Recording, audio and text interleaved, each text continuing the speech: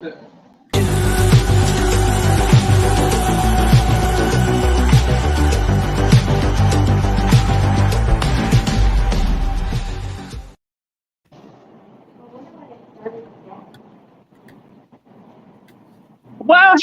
hello, everyone, and welcome back to the chat. We are your lovely hosts. We have the stepologist herself, Regina Platt. We have the pretty girl that wears 20 pearls. We have Ebony Saunders. We have the man, the myth, the legend, Mr. Tokyo himself. And of course, we are here to have a beautiful conversation with you all on tonight. Tonight's topic is all about pride. It is all about living your life out loud, no matter if you are gay, straight, or indifferent, everything in between. So Tokyo is going to be cutting out early tonight because he has some prior obligations that he has to do. I ain't one to gossip, y'all, but I heard he about to try and go be grown, but we ain't gonna go there. Anyway, so tonight's topic, this is June. It's all about pride. And the reason that this conversation is coming about is because I feel that this conversation is always something that has to be had. Everybody always wants to know somebody's sexual orientation. Somebody always wants to know if somebody is gay. That's somebody's personal business. Who cares? That ain't got nothing to do with you. Are you laying down with this person? But anyway, so this conversation came up because it was like, it's needed. We have a lot of kids right now that don't know who they are. A lot of kids grapple and struggle with their sexual orientation simply because they have been taught, whether if they are living in a Christian household, that you cannot be this way. This is the biggest sin. And then we also have other people that I met a guy that honestly, he was married and he had a child. And he said, I was never really satisfied in my marriage because I always wanted to be married to a man. So I was never 100% fulfilled. So I wanted to have this conversation on today. And I'm going to start with Tokyo first because he's the one that has to cut out first. And I wanted to have a conversation. What do you think about diversity and inclusion? What do you think about this whole gay, straight thing right now? Oh, I identify as with non-binary. What are your thoughts about sexual orientation? What are your thoughts about being non-binary? Go ahead, talk to us, honey. I'm actually glad this conversation's come up for America, right? Because for the longest time, despite the fact that what I struggle with isn't on this level per se, right? Like I'm straight, but my issue is the inclusion. I've always been a different duck in Kansas City. And so I understand the struggle of being misunderstood or assumptively treated as, because I don't look like most. So I'm glad this conversation has now become the forefront of topics. And especially, as you said, with younger people now having to traverse how they identify sexually, this is tough. When I was a kid, middle school, I don't know when they're having a conversation. I'm just going to assume, say 13. At 13, I was trying to figure out how to save up money for a BMX bike. I was too scared to talk to chicks. It didn't really, it wasn't a big deal to me, right? But today's generation has grown up so fast, we are having to have these conversations. We are having to kind of sit down and talk about, okay, there's a middle schooler that does identify this way. What does that mean? How should I treat them? And how do I move forward? Now, I do believe that if we have these conversations early, I'm going to use Europe and their drinking laws as an example. In Europe, you'll find families have alcohol during their dinner. And oftentimes, if it's probably in a home setting, you may see a kid, say 12 to 14, take part in alcohol. This is a family practice. It is my belief that because they introduce alcohol at such an early age and it's such a non-big deal, that we don't see the rate of DUIs and things of that narrative in Europe. But in America, because we restrict the inclusion of alcohol or alcohol in general, it is seen as a bonus. It is seen as this is what cool kids do. Kind of like cigarettes, right? My uncle does it. Oh, you're a kid. You don't need to be messing with that. Well, I want to be a man. So now I'm going to steal my dad's cigar and try and smoke it and force myself to enjoy it because I want to grow up. See, I do believe that by having conversations, adult conversations at an early age with intelligence and with empathy, we can begin to mature a culture for the future generations to come where things that are a big deal for traditional folk are no longer a big deal. And the idea of inclusion and acceptance is a part or a way of life versus it being a have to or a should, right? Because at the end of the day, as you've stated, you're not sleeping next to that person with that person. Hell, they're not even related to you. So, so why does it matter? This goes back to the narrative of having to or wanting to police others, which I've never been okay with. The Karens that yell at people inside Sprouts for not wearing a mask, that's not okay, right? Do you own Sprouts? Is it your store? So why do you care? Um, but unfortunately, a lot of Americans, especially old school Americans, are for whatever reason want to police others. And I don't know if it comes from a good place, a good heart or not. But what I do know is that there is a right for agency, and we have to respect that from a humanistic narrative. Not that we have to respect it because it's the right thing to do, but just by default, right? It's like the pulling the tag off your mattress, right? Say you pulled your tag off your mattress, right? And I found out. Why the hell would I go to the mattress police and tell them, or go to the feds and tell them you pulled your mattress off because it's a federal offense? Why? There's no reason that did it affect how much money I made. Did it affect me of being able to sleep? Did it affect me being able to go to work? Absolutely not. So this again goes back to our conversation for tonight. Does somebody's way of identification affect the way I work, the way I make my money? No. Does it affect the way I go, the way I go to sleep? Absolutely not. Now, if it got in the way of social progression, if it got to the point where we were seeing an increase in sexual assaults in a girl's bathroom because a guy that identified as a female, tried to use the system to get his way, now I've got a problem because I have a younger sister and now I'm worried about my younger sister and now I'm stressed. Now I can't make my money. Now I'm skipping out work and going and checking on her and making sure she's okay. So now that's a different conversation. I'm gonna stop there. Well, you said something I actually could agree with on the last part. I mean, I actually agree with you on the last part. But hold on, Ebony, I saw your face, girl, and your face the whole time. You had this look. So I what? want you to expound on why. I actually, I definitely agree with the last part. I will say that generally speaking, let me do me. I'm gonna let you do you. I have no comment with what you do and what goes on behind your closed doors. I do not care. And I hope you don't care what goes on behind mine. But generally speaking, I am all for live and let live until the effects of live and let live caused me to or forced me to have to be okay with something I'm not okay with. And one of the Mhm. things TC just brought up that I absolutely agree with is when we've gotten to the point where how you identify creates a further problem in what we allow as a society, such as what he made the example of was, a man that identifies as a woman that's dressed like a woman isn't necessarily welcome in the bathroom with my 11-year-old daughter. Once we cannot afford to get so accepting with things that we create battles down the line. So I'm all for live and let live. I have absolutely no care in the world for what somebody chooses to identify with until it just starts not to make sense. It just starts not to make sense.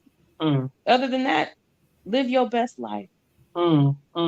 So, Regina, what you got to say? Because, honey, when I first of all, you look absolutely amazing. Like, I mean, baby, because you giving me life tonight, honey. I'm just saying.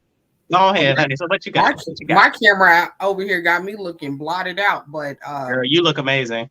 I'm with y'all. I'm with y'all. I'm tracking with y'all right now. The words that keep coming up is to me is power of choice.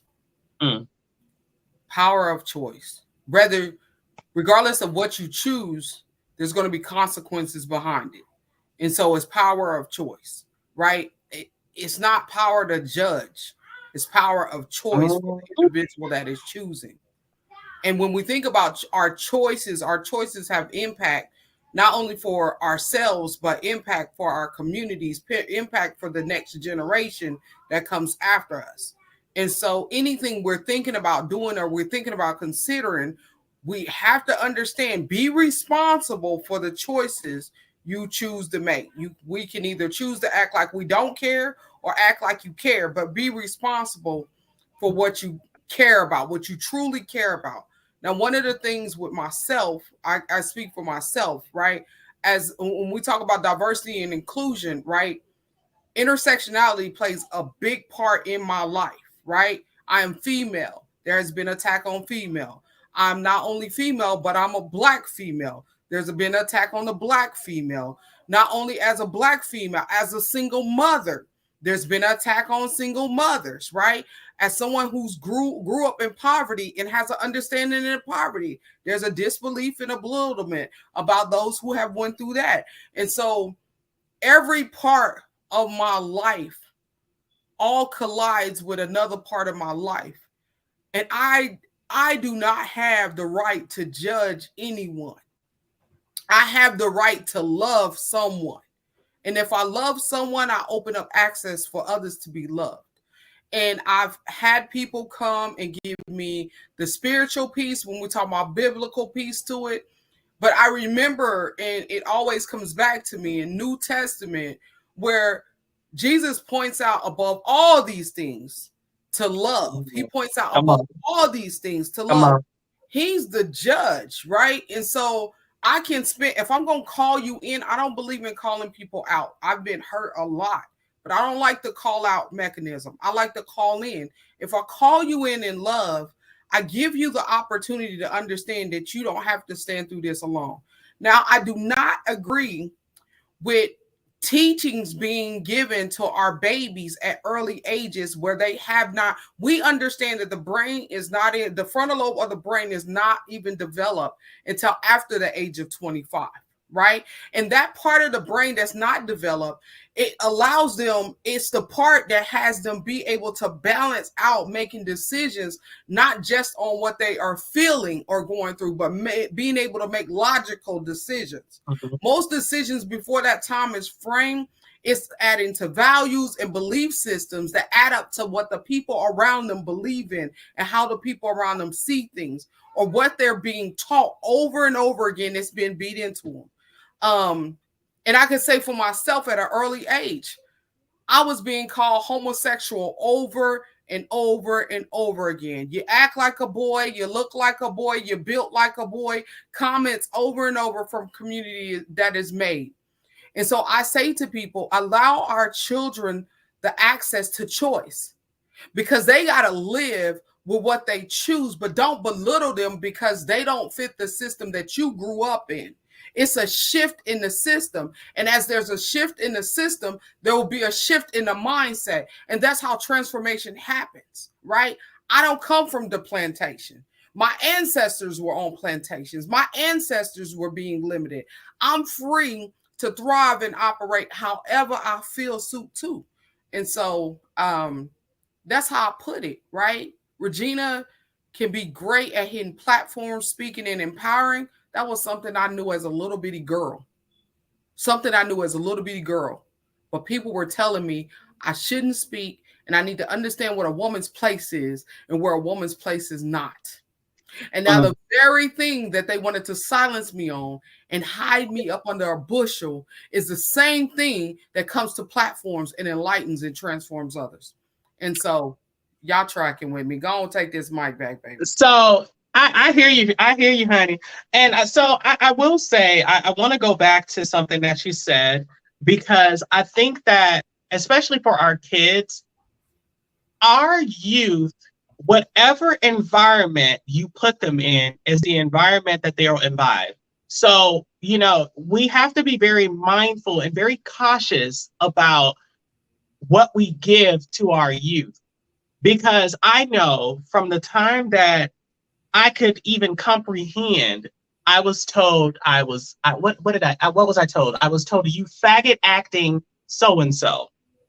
You act like this. You sissy. So this is what I heard all the time. Then when I got to school, and you are looking, because when you are a child, you don't understand what any of this stuff means. I remember one of my uncles made a reference to performing oral sex, I'll put it that way, on a woman, but he didn't say it in that fashion. And I was still a child. And when he said eating, I'm like, what? Oh my gosh. So like you can cut food off of this person? Because I was a child. So when he made the comment about he made this comment about this woman, and that was what was in my head because I was a child. You try to comprehend what someone is telling you.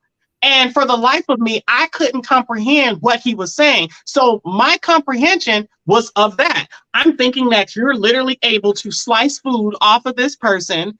And I'm like, oh my gosh, okay. And I was probably about like 5 or 6 when I heard this comment. So this lets you know how my thought process was.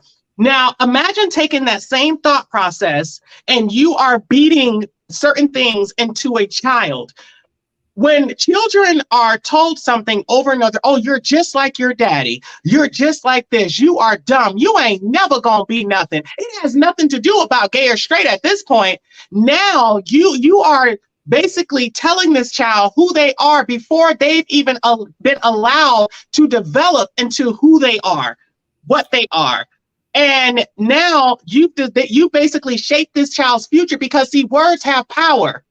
Even in the Bible, it says that death and life is in the power of the tongue. The power of life and death is in the tongue. Okay. Come on now.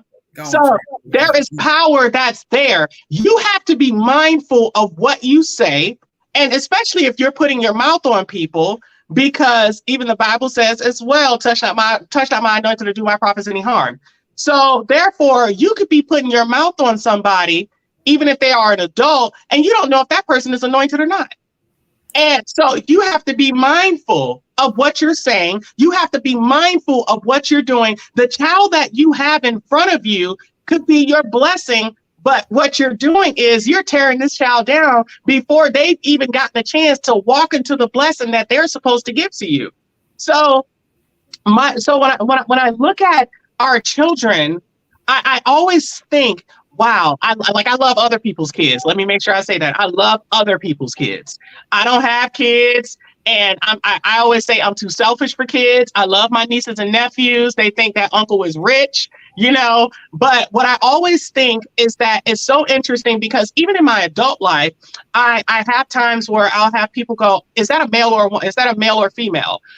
Is this person gay or straight? And I always sit there and I think, and I'm like, why do you think such intrusive questions are okay?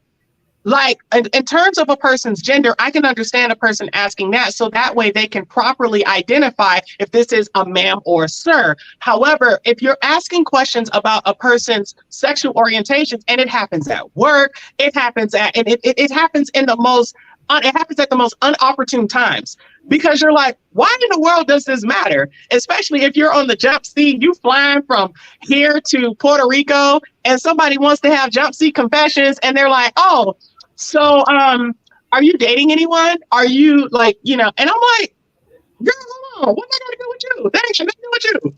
That ain't nothing. I just want to be clear that you just said jump seat confessions.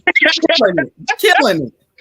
So I call it, a flight attendant sit on a jump seat. By day I work as a flight attendant, and, so I call it jump seat confessions because that's where the flight attendants sit. Honey, I've heard so much stuff sitting on these jump seats. I had one girl tell me her entire life story pretty much. She told me the man that she was dating, she told me after she dated him, she went and dated this woman. Then she was just like, she was still with this woman and the woman made her happy, but she missed the man, but the man was abusive. I'm like, oh, okay. Then she looks at me and she's like, so are you dating anyone? I'm like, girl, you just told me your whole life story. Even, do you think I want to tell you mine? Like, girl, no. I said, and on top of that, that ain't got nothing to do with you. And I think that we're living in an age where people believe that all of you is supposed to be divulged to them. And even with the whole, oh, I identify as and stuff like that, honey, if you identify that, that's fine. I don't understand that. I don't. And I always say that. I make no mistake about telling people I do not understand the whole, oh, I identify as non-binary, because I was raised where you only could be one or two genders. And now it's like, oh, well, no, it's not just about gender. And I'm like, honey, I'm confused. Like, I don't understand that. I tell everybody I identify as Oprah Winfrey. And everybody laughs when I say that because I ain't got Oprah money. And when I go somewhere, they looking at me like, honey, you don't look nothing like Oprah. And I'm like, honey, I don't care about looking like her. I just want to identify as her. Maybe if I identify as her, the money will come my way. Hey, Okay. I've been on that. They be like, you look like Oprah. I'll be like, yes, I do. Let them blessings pour into me too. You know what I'm saying? I'm over here let some drops fall. Oprah it is, baby. She on my wall. She on my wall. Even me, Lord. Even but let me ask y'all this. But let me ask y'all this. Beat me. I've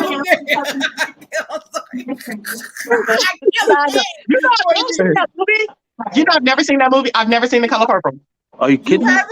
I've never seen The Color Purple before. Well, I can tell you almost every part in The Color Purple. I can play it down to T.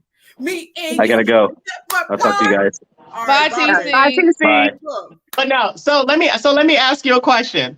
So do you believe that now with our kids and things like that, do you believe that social media is playing a part in them coming out? Because there's like this whole thing now where people are coming out and stuff like that, which is also something I don't believe in. A heterosexual person does not have to come out. They don't have to come out and say, hey, I'm dating this woman. So why should someone else come out? So matter of fact, I'm gonna skip that part. Do you believe that people should come out? This is what I'm gonna say. I believe me as a female who is interested in males, I do believe if the male that is communicating with me or deciding that he wants to get serious with me or get physical with me, I do believe that he should let me know. I don't believe that I should find out either down the road, some man walking up to me telling me, or a whole bunch of females telling me. I do believe that before it ever gets to the point of us being physical with one another, we should have that conversation. Vice versa. If a female who identifies as male, I feel like she should say to me, before the point, I was just reading a book, and the girl was like madly in love, and did not know. And I'm like, how did you not know? Like, but anyways, maybe you can't know, but I do believe, and I'm saying this like, I do believe it should be like, hey, G, sit down for a minute. Let's talk about this. Right? But you just said the operative thing.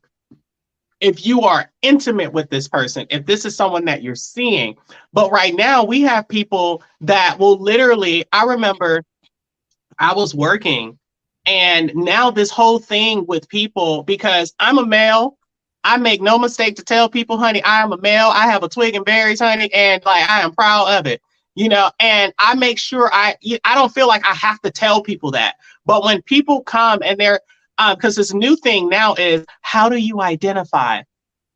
I'm a man. On my driver's license, it says M. I'm a guy.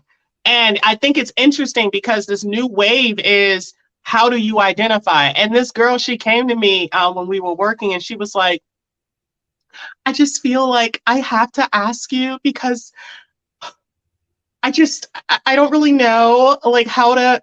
I said, girl, okay, look, you about to get on my nerves. Can you just tell me exactly what it is? So I think the identify part is geared to, you can be biologically one gender or another, but that's not necessarily the gender that you identify as. I think that might have been where that came from, is my guess. I'm putting a hand up because you are in a space right now where individuals are getting really upset if you call them outside of what they see themselves as being. And so it's like, now I'm to the point where I don't want to say, hey girl, or I don't want to say, ma'am, we've been taught, yes ma'am, yes sir. I'm old school. I still do Me it. too, yeah. Now you standing, I like, sometimes I'm like having conversation and I'm standing there and I'm going, hi. Like my tongue, like, hi, how you doing? Hi, how you doing? Right? And I'm not Mr., Miss, because I don't know, right? And so I don't like the fact of feeling like I gotta walk on eggshells because I don't know. And so I'm standing there, and so I'll just be like, or I may not end up talking. And it's not that I don't want to talk, because everybody know Regina talk all day. But I'm going, hi. Because if you say the wrong word, sometimes people are like, and it's not that you attempting to be disrespectful, right? It's one thing, and I'm about to say a cuss word. I'm gonna say a whole cuss word. I'm gonna say a whole cuss word. Everybody on the show, you hear me? I'm gonna say a cuss word. It's one thing for somebody to walk up to me and say, "What's up, bitch?" Right? That's a no-no, right? That's the hold up. What you doing? Hold on. Sit down before you get knocked down. You get what I'm saying? But it's one thing if I may have been born a female and I've chosen to go through my process to become male. Because that's another thing. That's like when I walk out and I'm black, I can't be nothing but black. Like I don't get to choose. But like, you can identify as being multiple races. well, hold on. My mom and daddy now put on my birth certificate that I'm African American. I don't think I was in the era where they was marking Negro. But African American, black, one of them was on the birth certificate, right? So when I walk out, you know, I'm my son say I'm Dominican, I'm indigenous, I got some Native American blood in me, you know what I'm saying? I'm Blackanese, you know what I'm saying? Like I got some Ivory Coast up in me. Well, everybody think I'm Caribbean, you know what I'm saying? You know what I'm saying? To get back to your original question of the coming out part, sometimes I think the pressure to do so isn't always necessarily attributed to being negative.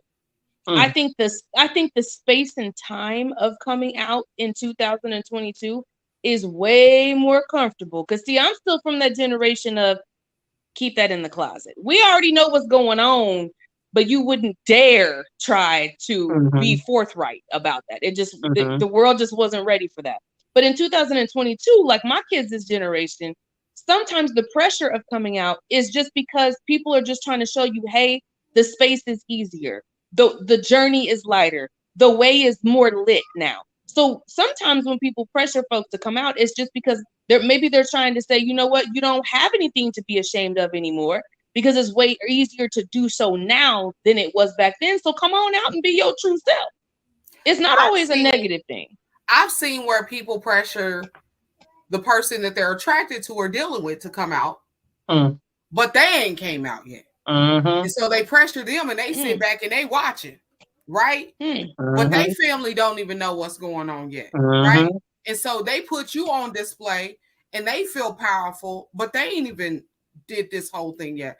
I don't think it should be, it ain't nobody's, I'm sorry. I was about to yell, but it ain't, I don't feel like you gotta defend yourself to everybody. I just don't. And like I said, it's choice. It's choice, regardless of what it is. It's choice. And I feel like people have caused a ruckus to begin to happen. And I feel like in some ways, I'm not gonna lie, I feel like in some ways it's like going to the store and getting a bag of potato chips, and the lime Lay's chips was the best chips on the market, and everybody wanted to jump onto it and everybody agreed with it. And then finally, once they taste the lime chips and they eat them after so long, then all of a sudden they don't like lime chips no more. They don't even eat Lay's no more. They totally gave that up. And now they looking at everybody else who's eating the Lay's chips and they pointing a finger at them. And I hope y'all understand the parable that I'm on, where people go through their journey and they're jumping on and they're pointing fingers at everybody else because they chose not to do that.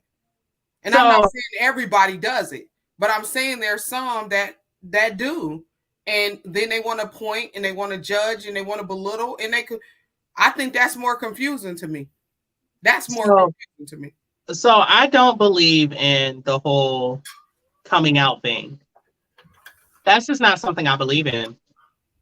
Because just like I stated earlier, if a person decides that they are gay, straight, bi, indifferent, trans, whatever it is, I don't believe that there is a reason to come out.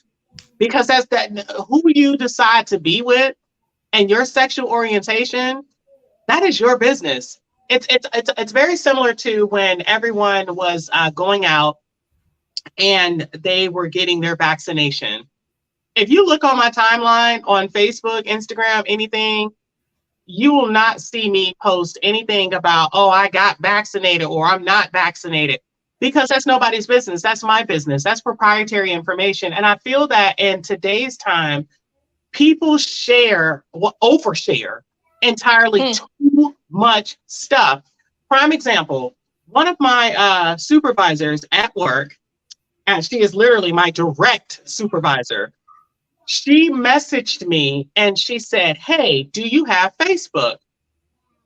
Automatically, I'm thinking of how I'm getting ready to construct it to tell her, oh, yeah, I do, but I don't. Oh, I do, but I don't add such and such.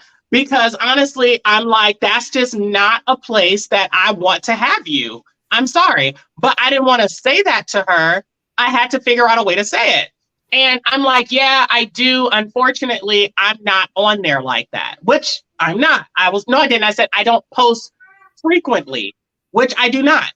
So she says, oh, I was going to tell you to add me so that I can send you this information. I'm like, girl, you can email that to me. And I said, oh, well, Miss Such and Such, you can just email it to me, or you can take screenshots of it and then you can just text it to me, whatever it is that you have need of. I am fully aware of the way that our HR people work here. They are some of the nicest people. I'm going to put it that way. They are some of the nicest people. They don't cut no corners. There ain't no such thing as, I have been in the room with these people, okay? I have been in a fact finder before, and I understand that when you walk in there with these people, their faces are literally like, it's like a brick wall. Their minds are already made up, and now it is your decision, it is your job to change their mind with whatever decision that they have made. I was like, I don't want to put myself in that type of position. I feel that people overshare. I feel that people put themselves in positions where, like, what is the guy's name? Tevin Campbell. Baby, we all knew you was gay. Honey, we knew you was gay from the way that you popped your lips when you sang your song. Anyway. But well, I need y'all to stop. I need you to stop on Tevin, because I done told you. I was in love with him when I was a little girl. I was in love with some Tevin Campbell. So girl, so was you and all the, so was you and so many other little boys. But can I have my vision, like my little girl vision? I mean, I love Peebo, but it is what it is. Let me shut my mouth. But anyway, so my thing is just that we all knew this. He ain't had to say it. Everybody knew. And now everybody talking about they waiting on, and this is just hearsay. This is not our thoughts on this portion of the show. But now everybody is saying that they are waiting on Johnny Gill to come out. And I was like, oh, I said, oh my gosh. But anyway, so I don't believe that people need to put themselves in a position where they feel like they have to overshare their life. I don't believe, that's not something I believe. I was recently interviewed by a guy, his name is Duke Lott. And before he interviewed me, he got me backstage and he says, well, I wanted to ask you a question. Are there any things that you don't want to discuss? And I said, well, this is your show. I said, and honestly, I'm an open book. I said, so I don't mind if you, I don't mind if you ask me whatever.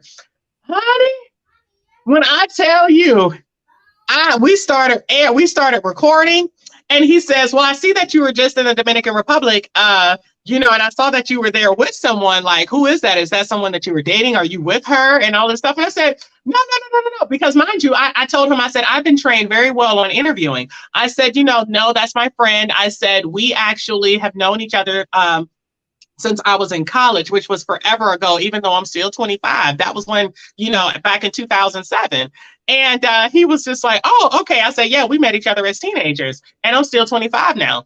And so anyway, so fast forward, he said, oh, okay. So are you dating anyone? Are you seeing anyone? What is your type? And I said, honestly, I like whoever likes me back. So that was my way of answering his question without answering his question. because I didn't disclose if I was gay, straight, or indifferent. I didn't say if I like men. I didn't say if I like women. I didn't say if I like anything. The only thing I said is I like whoever likes me back. Now, however you take that, that is solely up to you. Now, if you know me, you know the answer. And I was just like, but if you don't know me, good luck because you'll never know because it's none of your business. And honestly, I feel like it adds a little mystery to you when people don't really know. And, then it's like, oh, well, I don't know. Like, is this, y'all, I know. I love it, darling. I love it. So, anyway, so moving forward, I wanted to ask you guys something. When do you believe that, do you believe that children should have this conversation with their parents, or do you believe that they should just, keep it to themselves? Children should have conversation with their parents about Their how sexual they're feeling. orientation, Well, that or is a what they good believe question. it is. That is a very good question, because when my youngest daughter was in elementary, she's getting ready to go to middle school now. She was literally in maybe 3rd or 4th grade. And I used to regularly go to eat lunch with her. I brought her McDonald's or whatever it was that day. And I entered the school lunchroom and I said my daughter's name. I said, "Who is that?" She said, "Oh, that's, for conversation purposes, let's call him Frank." Frank, in the 4th grade, was walking around with a full-blown little girl's dress on and dress shoes. Clearly, Frank's parents are super aware that Frank wears dresses to school in elementary. So I'm not, I guess the better question for me is, at what point is the fine line between what parents are allowing and what children are actually mentally choosing for themselves? Because at that age, I get the whole argument of I am what I am from birth. Okay, you how many times have we heard this is who I am? I've been this way since birth. And I have not had the situation of raising a child that has second guessed what they are biologically. So I wouldn't know. But my gut instinct tells me that at a certain age, you are your environment and what your environment allows. There is no way. I just cannot wrap my head around a 5-year-old or a 6-year-old choosing. I guess it could be the same as, what's wrong with a little boy playing with Barbie doll? Hell, I was a little girl. I played with G.I. Joe. I played with Micro Machines. I played Battleship. But I played whatever my friends wanted to play at the time. Would I walk into Walmart and pick out some G.I. Joes? Probably not. I just played what was available to me outside on the sidewalk with the neighborhood kids. But would I walk in Walmart and purposely choose, some little boy cargo shorts and, maybe a polo? Probably not at the age of 5. So the better question for me is, where's the fine line between what the parents are choosing and what the child is actually choosing for themselves? That's the hard part for me. Side note, Regina, before you slide in real quick, but let me ask you a question. So do you believe that pink is for girls and blue is for boys? Absolutely not. And as a matter of fact, when I had my own kids, I made it very clear at the baby showers, I welcome all colors. My daughters are gorgeous in orange, gorgeous in blue. Good. Yeah, no. That to me is extremely old school way of thinking. That's old school. So I wanted to just tap in because Ebony said some stuff about choosing the GI Joe and some of those things. I did choose those. I chose the Tonka truck. I chose the basketball, soccer ball, like all those things. And my father still is, right? That feminine. He wanted me to be that feminine essence of royalty, like in all its ways, right? Dresses all through elementary school, slacks. I even had semi-high heels. 5th grade graduation, I had on a blazer and a whole suit. I looked like I was going to work with some red heels on and the red blouse on, right? Doing a dare rap. And I was rougher around the edges, grew up around mostly guys. And so for a long time, I was the girl, right? Other than grandma, because my first mother died when I was younger, but I was the girl. And so it was comfort that I was going for, right? Because some of the feminine stuff, there was no comfort in it, or the jeans didn't fit my body right because I'm hippie. And so women's jeans gave you that big old long zipper piece. But those are small things. But when I say I think it's very important, Prince, when you landed that question, that families do have those conversations. The relationships are very important. If there's any feeling or any, whatever it is, right? It is embarrassment and belittling and shameful when parents find out later on down the line and don't know, right? And everybody else knows. School officials know and they're coaching your children. Community members know and they're coaching your children, but the children have never come to you. And I think we've, in our society, so that we can gain independence, we have devalued relationships and we have broken up the village so that predators can come in. And when I say predators, I'm saying attackers. I'm saying enemies can come in with their wisdom, their lineup, their way, and attack our children and remove them from them being able to allow the access of the development process and understanding who they are and what they want. And so when I say enemy coming in, I'm talking about being on full-blown jobs as a young girl and women sitting around me pretty much telling me because I look a certain way, because I act a certain way to them, because my voice is a little deeper. That's come up plenty of times in my life where women wanted to tap on and say, this is who you are. This is who you are. This is who you are. I can take care of you like this. I can do this for you like this. You know you want this. No, I don't. And I need you to get out of my face. I understand I'm a little rough around the edges, but let me choose, right? Let me choose. I think that's been a profound thing. Let me choose.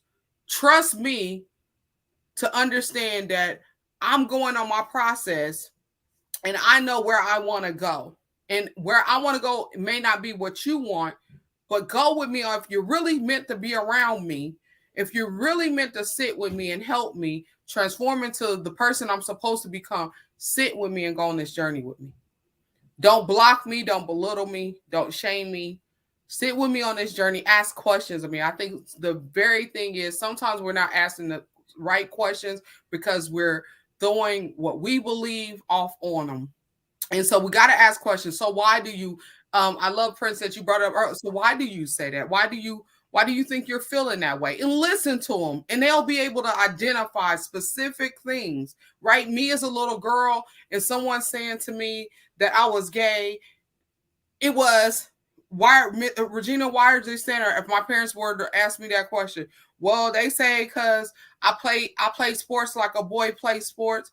And they say because I'm built, like I got real muscle bound body and there's muscles all over myself. I mean, y'all can't tell right now because I'm thicker than a Snicker. But they got the muscle bound body or the voice, my voice is so deep. And then I'm really hairy and girls aren't supposed to have hair like that, right? And those were all reasons I would have gave my parents as a little girl if the conversation would have had. Well, they keep saying it. And they keep saying I need to act like a girl. But I thought I am a girl. Why I need to act like a girl? What's act like a girl look like? Ain't I a girl? Ain't I a girl? You better preach. You better preach. Oh, honey. Go ahead, y'all. It's so ironic that I loved that you brought up the whole clothing part of that conversation because I may not have gone to the store and picked out, G.I. Joes and Tonka Chucks. I had a whole collection of micro machines. I wasn't giving those up.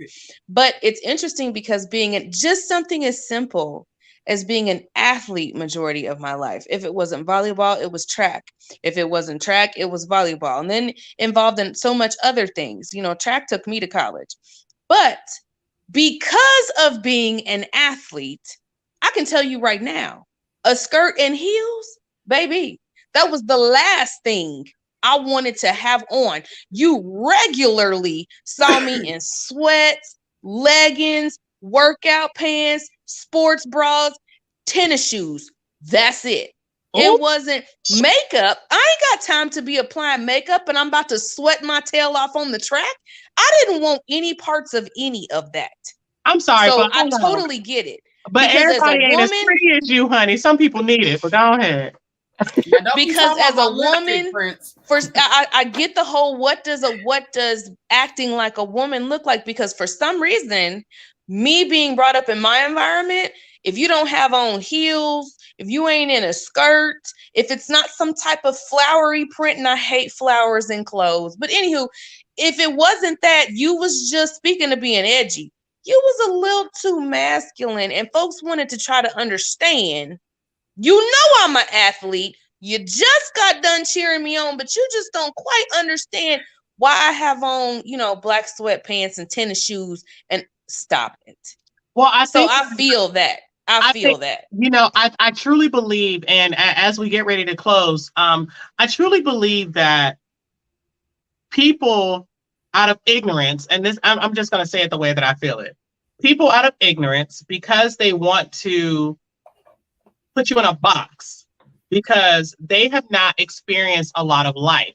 Because they're like these K-pop stars, and the more feminine they look, the more masculine they are considered to be, which I thought was very interesting because it's a part of the culture. And I was just like, huh. So if you go to Korea and you go to all these places, you'll notice that the guys have like these really bright haircuts, and a lot of them look the exact same. They wear the haircuts that the women wear. And, so it's very interesting. They wear the makeup. And so if you go and look up a K-pop star, you'll go, wow, I thought this was a woman. But they literally look like women. But a part of the culture is they are, to the prettier and the more feminine they look, the more masculine they are actually considered to be, because they got it right, in my opinion. Because I feel that in terms of here being in the US, people just want to classify stuff and they want to be able to put it in a box of what they understand. And because they have not gotten an opportunity to experience a lot of life, they've not traveled. Most people that have these closed minds, they have not even traveled outside of their state, outside of their city. So their mind is very closed. It's very open and shut. Now, like, my father's Jamaican. And if you go to Jamaica back in the day, if you went back in the 90s, honey, it didn't care what you identified as. If you are mine, you are mine. But if you are a man that's trying to come there and you're trying to be any type of, if you're a little too feminine for them, they didn't care. They're going to classify you as being a bati boy, period. Oh, that's a bati man. Like, seriously, period. Because that's the way that they saw you. And I think now people are still doing the same thing. They just want to classify you, and they say, oh, well, I think that this person is this. And then it's like, for them, I think that's one of the reasons why they are so hung up on what are you? Are you this? Are you gay or straight? Are you male or female? Are you this? Are you that? Oh, well, this guy wears makeup. Okay, well, you do realize that every Hollywood celebrity that you see, they have on makeup too, right? And it's like, so it's like little things that I find that in the US, we feel is this, like, if a person wears this, oh, they're gay, if they do this. And I think that it has to deal with that fragile masculinity, where a lot of males, their masculinity is very fragile. A woman can sit there and tell another woman, oh my gosh, Regina, I absolutely love that polka dot bra you have on. I've been looking for one like that. Girl, where did you get that? Oh, girl, as she's getting dressed, boobs hanging everywhere, and she's putting it on. And then, but a guy, oh man, hey, I really love those briefs. Where did you get that? The look that it's gonna be a quietness that's gonna come. Man, what you looking at me for? Blah, blah, blah, blah, blah, blah, blah, blah. Because guys don't do that. And a lot of things that I used to hear was, oh, little boys don't do that. Because my mama used to love to say that one. Oh, little boys don't do that. And I'm like, or boys don't do that. Child, I don't care what boys do. I'm me. And I think a lot of times when you have kids just want to be able to express themselves in the way that they want to express themselves. And I remember RuPaul said something. RuPaul said that him doing drag is a way for him to express himself. Oprah says that we are all seeking to have our truest manifestation of self, pretty much. So if you really think about it, we're all living out our truest manifestation of self. And when I think about that, I often say that I do believe that now, with our youth and everybody else in between, I do believe that we are all just seeking to live our life in a way where we can smile at ourselves in the end. And I think that now we have people that are truly now beginning to experience their life, live their life, and be proud of who they are. And I think that we need to allow people to be proud of who they are. Keep your judgment, check it at the door, because no one cares. Regina, did you have Take us something out of here, Gina.